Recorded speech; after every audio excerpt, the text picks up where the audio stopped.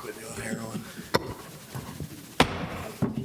I'd like to call a meeting to order. Please join us in the Pledge of Allegiance.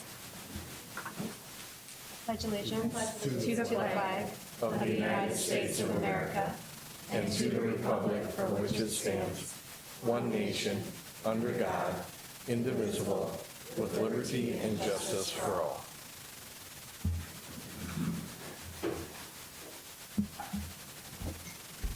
Okay. Good evening, everybody. May I get an approval of the minutes of the meeting held on November 13th, please? So moved. Second. Any discussion? Seeing none, all those in favor signify by saying aye. Aye. Aye. Opposed, same sign. Any persons wishing to address the board? Thanks, Bev. Can I get an approval of the agenda, please? So moved. Second. Any discussion? Seeing none, all those in favor signify by saying aye. Aye. Aye. Opposed, same sign. All right, any, good news report. Well, good evening. As you know, the Sioux Falls School District is committed to not only the academic success of the 24,000 students we serve, but also the social and emotional well-being of those students. When a student needs medical care, we can refer them to our school-based health clinics to keep them in school so that they don't fall behind. If they need school supplies, our friends at the banquet collect school supplies through Project SOS, and they support our students. If students need winter gear, our social workers receive donations, and when necessary, they go out and buy the items in the sizes that are needed. The federal school lunch program is also part of that social and emotional well-being. They make nutritious meals available at no cost for students whose family's income falls below the poverty level. In fact, nearly 9,000 students in the Sioux Falls School District receive those free meals daily, and they are never charged. Another 1,900 students receive reduced price meals based on their family income, and still more just fall on the other side of that line that is drawn for the reduced rate, and they don't qualify for a reduced price meal. It is these 1,900 students, plus those just on the other side of that line, that have come into focus recently regarding negative lunch account balances. Our child nutrition program must be run like a business. Expenses must be covered by income. Yet the district is seeing more and more accounts going unpaid for a variety of reasons. One of the many reasons might be because the family is just having a hard time making ends meet that month, or for a couple of months. In any case, when business owner Mark Fondner heard of this, and Jesse Severson, who is an integral part of that business at the Barrel House, they turned into action and found a solution for these unpaid lunch account balances. The Barrel House, located in Southeast Sioux Falls, held a fundraiser called Hungry Hearts to raise funds for students who don't have money in their lunch accounts.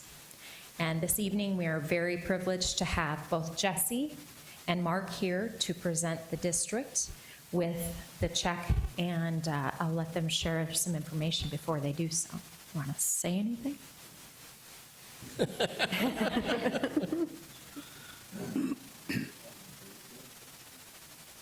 You know, Mr. Fonder and myself, like she said, we just decided to do something, and the community embraced it 100%. If it wasn't for the great people in our community to help us get food for people that are going to be sitting in these seats in 20 years, 30 years, you know, it was real great. And for Mr. Fonder to be behind it and so giving, our community did what we needed to do for the kids. That's what I got to say.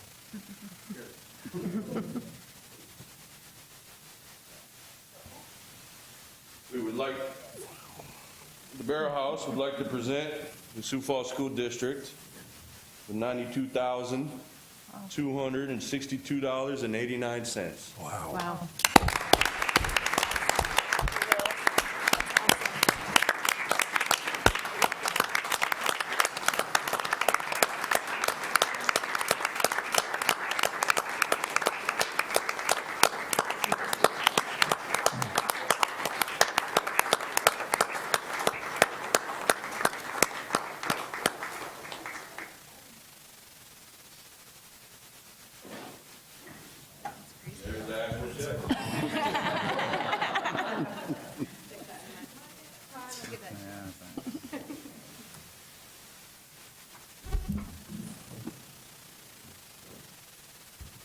Well, thank you so much. It's such an incredible effort that you all put forward, and I know I saw posts on Facebook and the media coverage that you got, and I think that it's just amazing that you were able to get the community engaged and involved in your efforts. So thank you very much. It's an amazing gift, amazing thing that you've done. Thank you. And we don't typically do a motion to accept the good news report, but I'd like to ask for personal privilege and change that protocol for tonight. And I'd like to move to accept the donation of the total of $92,262.89.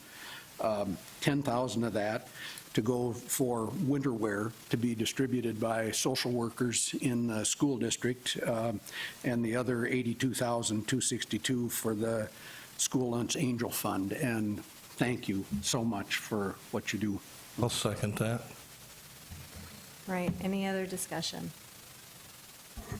Just thank you so much for doing this. You really saw a need and took charge on this. And if any of you have not been to the Barrel House, I frequent there quite often. It's delicious, especially Pickle during sticks. baseball season. So thank you. Pickle sticks. I've heard. All No, right. thank you, guys. Thank you. All those in favor signify by saying aye. Aye. Opposed, same sign. Thank you again very much.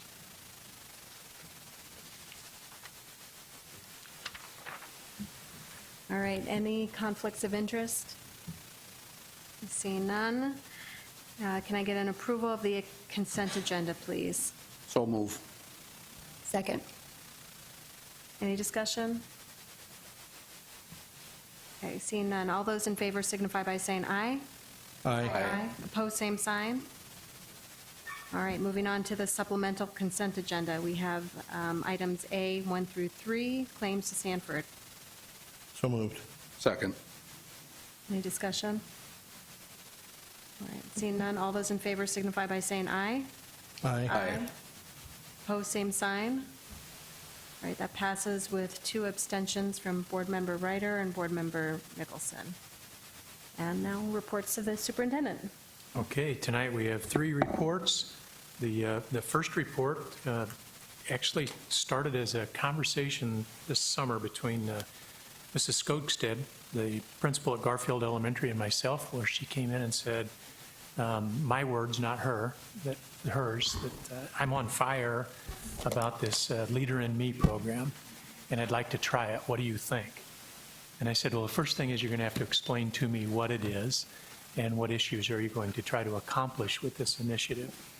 And she convinced me that it was something that was very good to do, and I'm going to ask Mrs. Skogstad to come up and talk about the Leader in Me program that she has initiated at Garfield Elementary.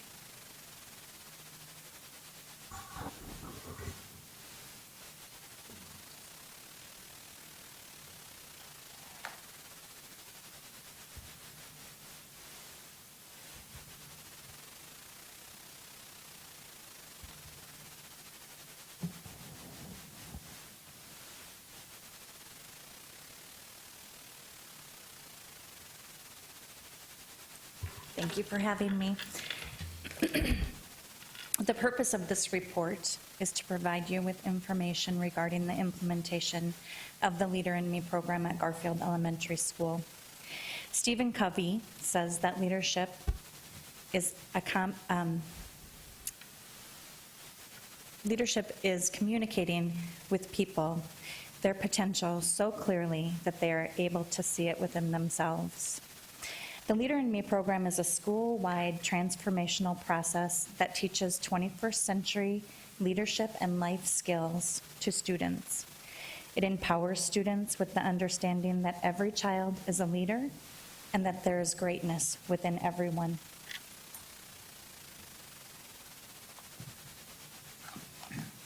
When we look at our district priority areas, you will see that it focuses on the priority areas of student outcomes, school climate and culture, and district staff. And we have found that it's been a very powerful program so far in the first 9 weeks of the school year.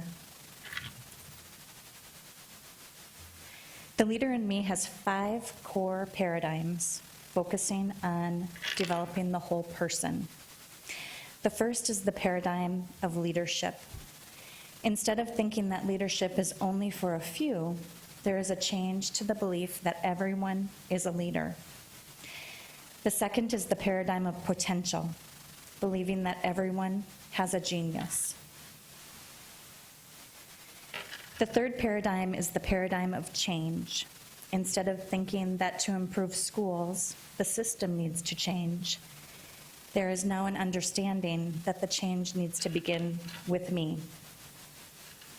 The fourth paradigm is the paradigm of motivation.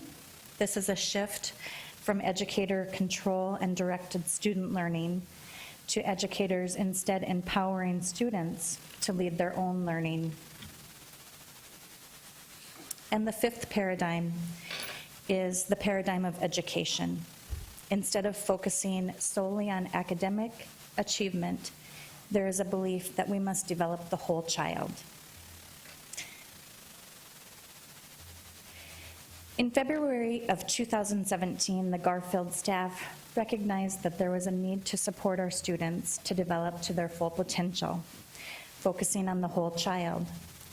Staff members were then invited to participate in a Leader in Me book study, and 30 staff members, including EAs and teachers, participated in this book study. And this sparked a desire for us to learn more. So a small group attended a Leader in Me symposium in Cedar Falls, Iowa in May, and that sparked more interest. And so after further discussion at the building level, we decided that we would pursue the opportunity to become a Leader in Me school. And that's when we had the discussion with Dr. Maher. So in August, this past August, 55 staff members participated in our first training, and it was a 7 Habits training. It was a 2-day training that proved to be not only a powerful professional development for us, but it was also a tremendous form of personal development, because staff has had the opportunity to really shift their mindsets and to change their perspectives with a focus on academics, culture, and leadership. We asked some of our students to share the 7 habits with you, and I have some staff members here, and 2 of our teacher leaders are also in charge of our student leadership team. So the students in this video are from our student leadership team, and they're going to share the 7 habits with you in case you don't know what they are.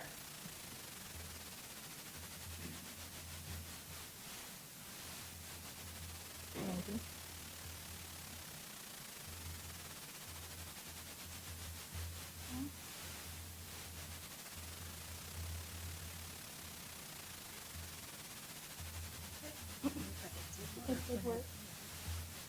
It worked at Garfield. It worked before.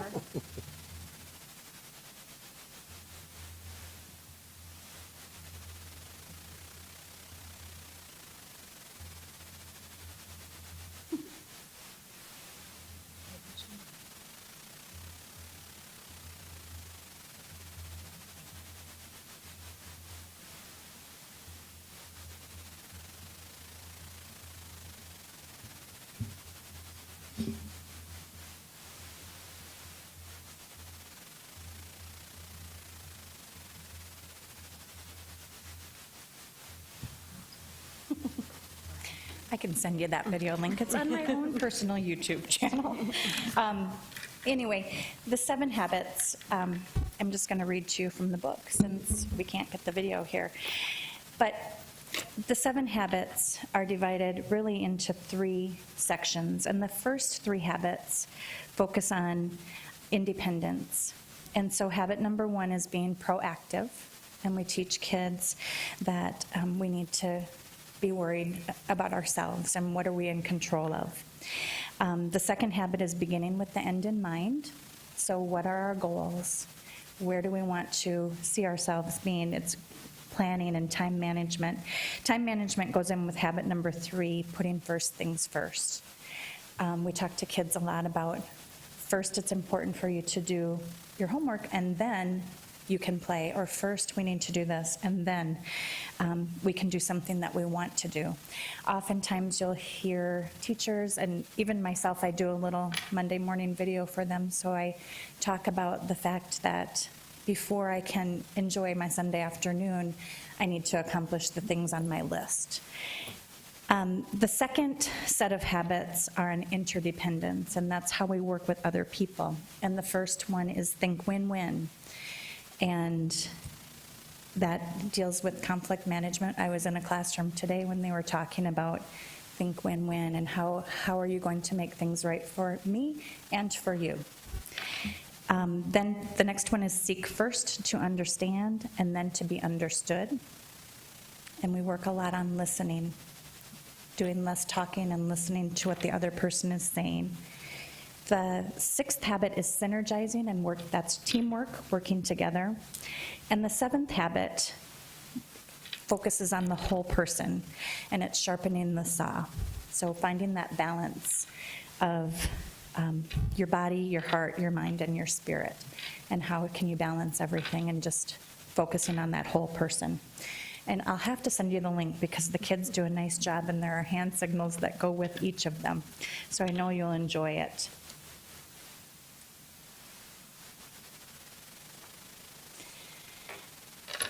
In preparing students for college, career, and citizenship, it's essential to develop 21st century skills of leadership and life skills. Students have the opportunity to learn and apply real-world tools and habits that will reach far beyond the classroom. And every day we talk to kids about our overall school goal of having them at school on time and ready to learn every day. And that will help us reach our ultimate goal of making sure they each graduate from high school. And that the skills that they're learning at Garfield every day, today is the day that it starts, is what I tell kids. And that's going to take you into college and to your career. And so the Leader in Me provides that foundation. Garfield is one of over 3,000 schools worldwide that is identified as a Leader in Me school. And there are over 150 in Minnesota and Missouri and Iowa. And Garfield is the first in South Dakota. During our first year, we have participated in the 7 Habits training. We have access to an online curriculum and resources. We've been working with a Leader in Me coach who visits our school and is able to have video conferences with us, and she emails quite often ideas and things to help keep us motivated and going. We've been able to work with other Leader in Me buildings in Minnesota. We've implemented staff and student leadership teams. We're working on a brand new school mission. We had the opportunity to reflect ourselves and develop personal mission statements. We are utilizing the 7 Habits language with students and staff. Students are setting goals, taking leadership roles, and many classrooms have implemented the use of leadership binders in their classrooms. And while we are only 9 weeks into our implementation, we look forward to continuing to learn and grow. And we are planning family events in the spring, and we're looking forward to continuing our learning with the launching leadership training in August. So I'd just like to end with a couple of quotes, and the one is the one that I started with. But if we keep these quotes in mind, we have no doubt that all students and staff are leaders. So I would ask that the board recognize the Leader in Me implementation report. Thank you. Any questions? I don't have a question, but I'm thinking about a lot of reports that we've talked about, whether it's here at the K-12 level or even at Southeast, when we're talking about employers looking for soft skills and that ability for students and then their employees to work together and have kind of a big picture. And And I think what I'm hearing you say and what I'm seeing in the presentation is a lot of really good evidence of those exact things. Yeah. And I think sometimes when we start to try to teach those things to teenagers or, people who are post-high school, it's really challenging because they've got their maybe not highly effective habits that have already been formed. And so what a great opportunity for your students to really learn them at the ground level and have a really good foundation set so that they are able to take on bigger and bigger challenges and learn more and more skills as they progress through school. So sounds like an amazing program, and what a gift to your students and your staff. Thank you. All right, can I get a motion to approve the report on Leader in Me, please? So moved. Second. Any other discussion? Oh, just great report. Keep doing what you're doing. Thank you. Thanks. All right, all those in favor signify by saying aye. Aye. Opposed, same sign. Okay, moving on. Okay, the second report of the night comes to us from Curriculum Services, and it is a report on the school improvement plans, and Smith is here to deliver that report.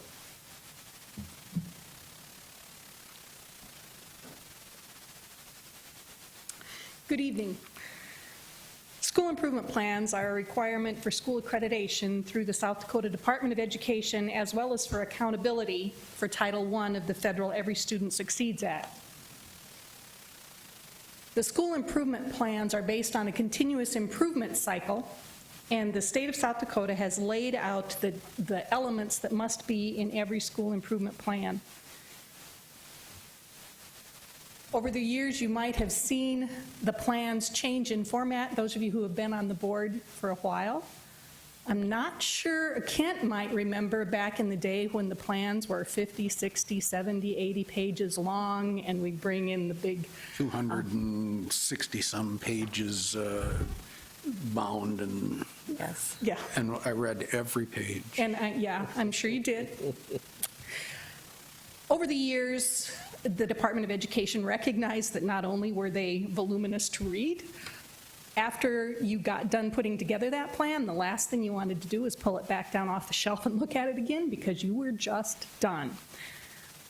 Last year, they moved to what they call a building continuous improvement template, which is maintained online as a Google Doc. So the school improvement plans that you received to read are actually just one piece of that online template. It was the priorities and strategies piece. So it was just one page. I recognize that, thank goodness, you can expand the font on a computer because it was kind of small. But in addition to that priorities and strategy sheet, the other sheets that are required are the professional development plan, and then also a sheet that identifies who has been on the building leadership teams and who are any other members, because the Department of Education requires that parents be involved as well as staff members. So the building leadership teams gathered in September for a data retreat, looking at data, including the information from the School Performance Index. I'm not going to spend a lot of time on the School Performance Index tonight because you'll hear more about that in a couple of weeks.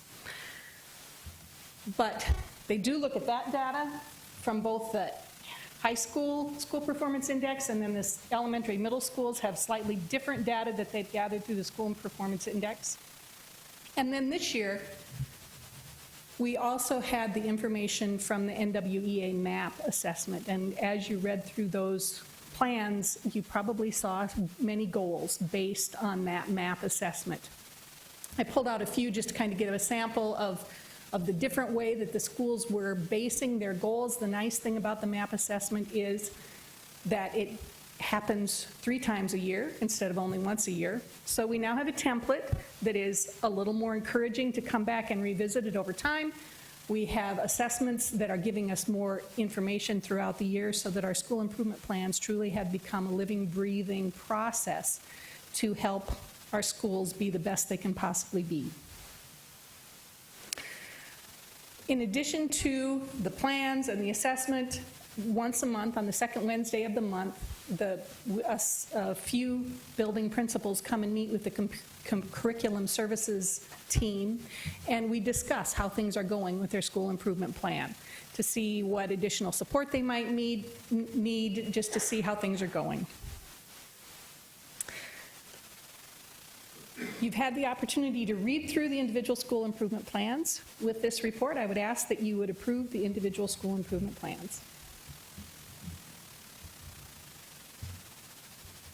Any questions for Ann? If parents are interested in reading their own schools, where can they find them? They will be posted to the district website, to the schools page on the district website as soon as they've been approved tonight. Well, not as soon, within a few days. Immediately. Yeah, sorry about that, yeah. Any other questions? All right, seeing none, can I get a motion to approve the the report on the school improvement plans?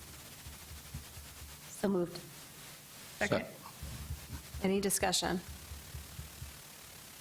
Well, and I did read through them, and I did read through the pages and pages years ago, but one of the things that I noticed as I was reading through all of them over the weekend and today is that one of the differences that I see now is that each one of the schools, the principal and the leadership team in that school get to put together what's going to work best for them.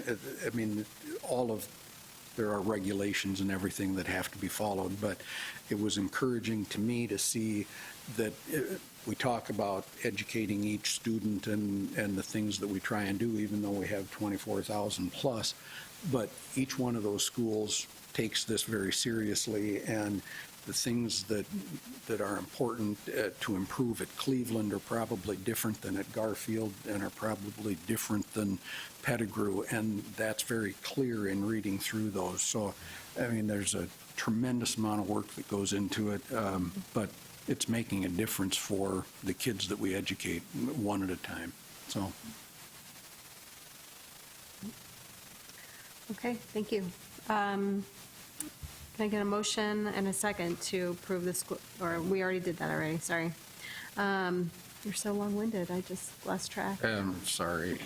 Just kidding. All right, all those in favor signify by saying aye. Aye. Opposed, same sign. All right, that passes. Our third report is also from Curriculum Services. It comes to us from the Fine Arts Curriculum Implementation Report. Here to present to you tonight is Dr. Boyd Perkins. Good evening. Lift that up a little bit so I can be heard through the microphones. My name is Boyd Perkins. I'm the coordinator of fine arts here in the Sioux Falls schools. And it's my pleasure tonight to present to you our new curriculum, which has been implemented last year and into this year. Our curriculum fits in with the school district strategic plan. I'm not going to read that out loud. You can see that yourself. But it fits right into that plan, and we're excited to be pushing that forward as we implement this curriculum and move forward into the future.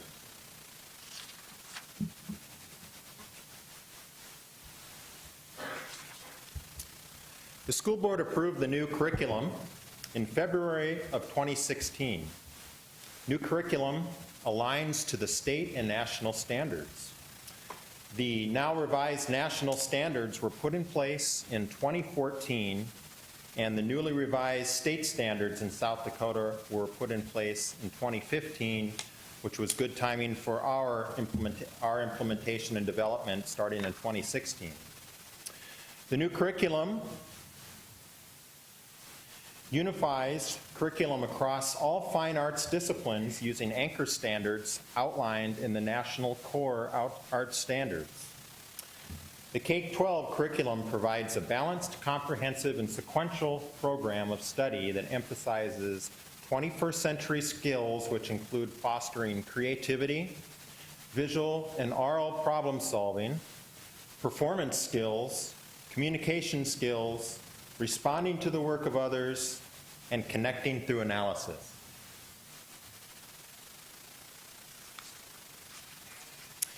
The implementation of 78 courses in the elementary school, middle school, and high school fine arts content areas of art, band, orchestra, vocal music, humanities, and theater took place during the 2016-17 academic year.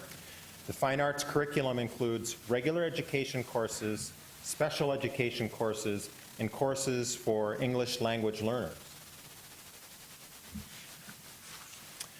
Feedback regarding the new curriculum was gathered from teachers in each grade level, content area in the fall 2016 semester, spring 2017 semester, and August 2017 in-service.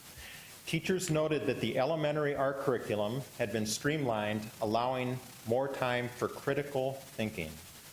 Updated technology hardware and software has allowed teachers to engage students in technical learning style native to their generation.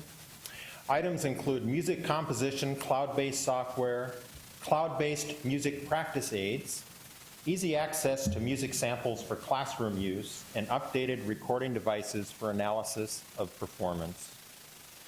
In addition to engaging students, the technology has increased teacher effectiveness through increased parent engagement at the elementary using Artsonia cloud-based software using new iPads.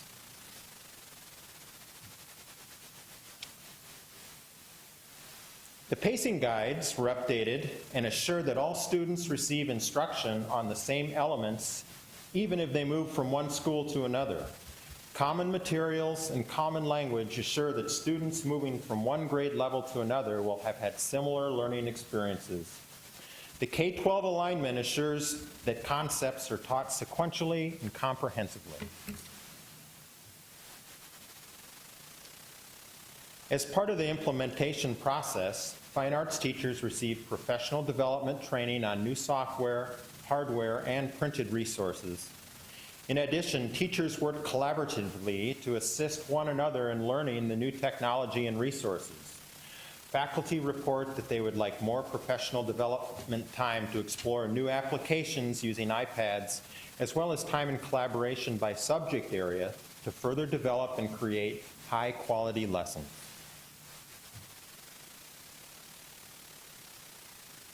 Performance-based assessments provide an opportunity for students to demonstrate an understanding of fine arts concepts in music. As an example, in collaboration with the South Dakota Symphony Orchestra, the third grade Young People's Concert and the fourth grade Link Up Concert actively engage students in note reading, performing, singing, listening, analysis, reflections, and collaboration.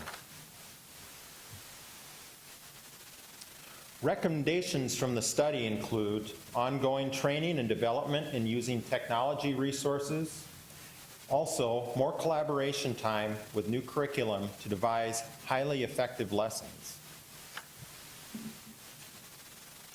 In the area of special services, a curriculum committee comprised of general education, art and music teachers, special education instructional coaches, autism team leader, and related services supervisor reviewed the regular education standards and the curriculum was revised in art and music to serve students with significant cognitive disabilities in the elementary and middle school grades. The committee researched materials and generated ideas for adaptations that would fit the varying levels of student needs and projects. Reading and literature were incorporated into the curriculum, as well as the use of technology. The curriculum guide is based off the general education curriculum guide in scope and sequence and standards.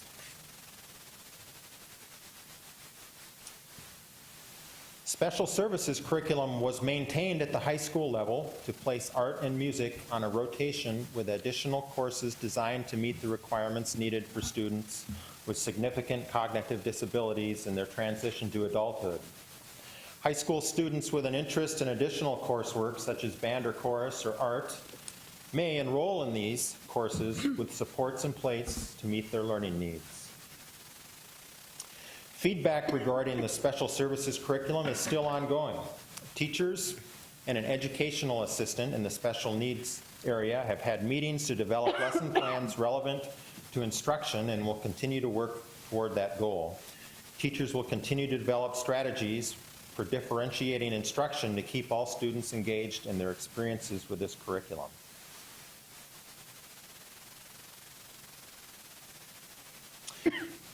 In summary, the newly revised and updated fine arts curriculum and resources were implemented in August 2016.